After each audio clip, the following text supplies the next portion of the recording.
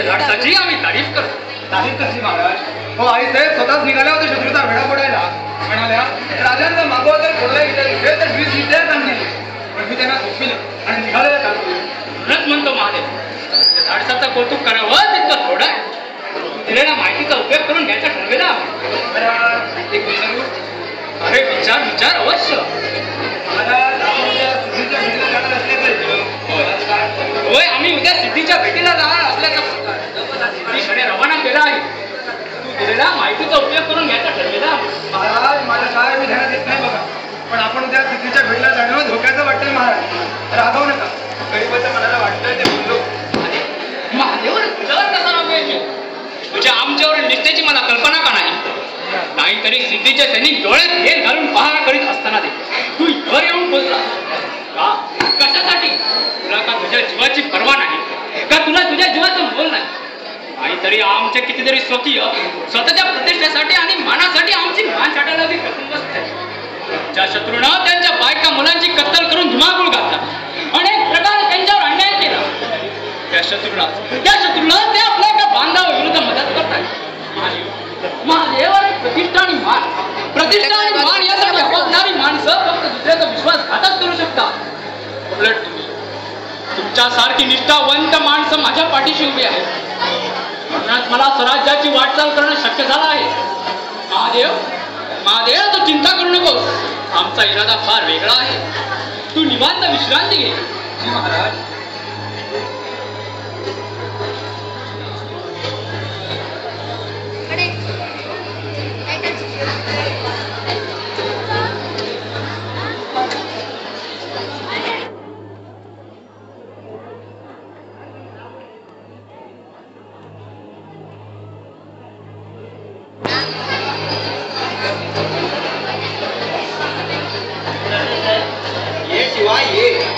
तुझीच वाट पाहत होतो मी. शिवा तू दिसायला ती महाराजांसारखा दिसतोच नाही. आपण काय बोलता? अहो त्यांच्या बरोबर आणायची लायकी नाही माहिती. आपण काय बोलतो? कोण मस्करी करतात? अहो हेच आमचे लोक काय मस्करी करतात? अहो त्याचं काय विचारू नका. त्यांचं काय बी खरं नाही बघा. तू महाराजांसारखा दिसतो असेच म्हणतात ना ते. अरे कळायला कशाला हो? 8-10 महिने तुला आम्ही रोज पाहतो.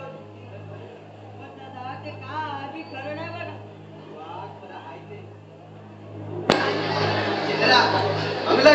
अगदी महाराजांसारखीच आहे.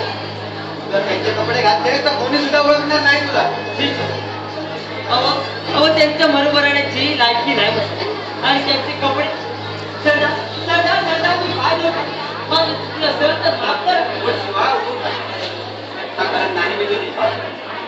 मला एका प्रतिशिवाची गरज आहे.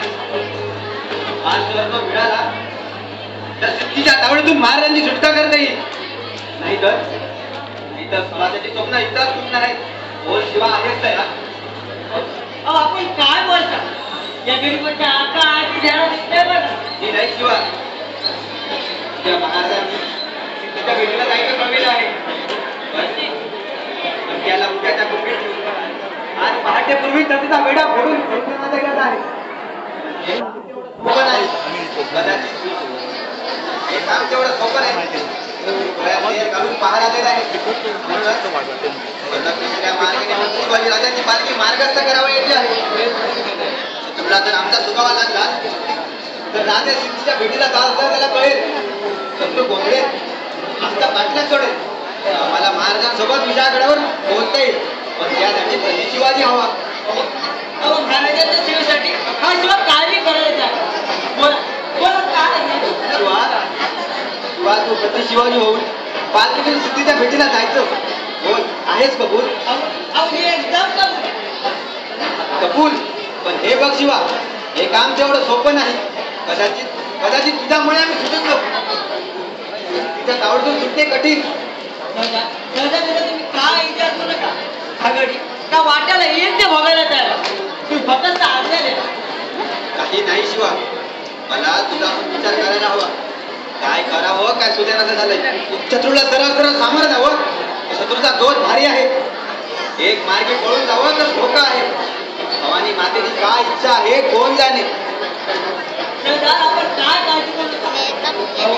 अहो तुमच्या नागपोलाच्या बेतात या जीवाला मरण आलं तर तो आनंद झालं शिकत या जीवाचं सोडा होईल.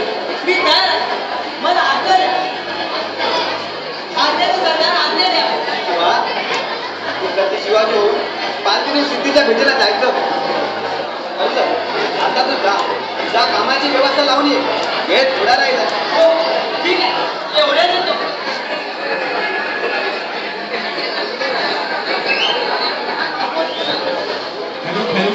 विद्यार्थी मित्र काही बदल करायला दिसत आहे. कृपया पालकांना नाटकाचा आस्वाद घेऊ दे. इतिहास पुस्तकामध्ये आहे तसा हा प्रत्यक्षात बघा. कृपया शांत राहा. एकदम शांत राहा.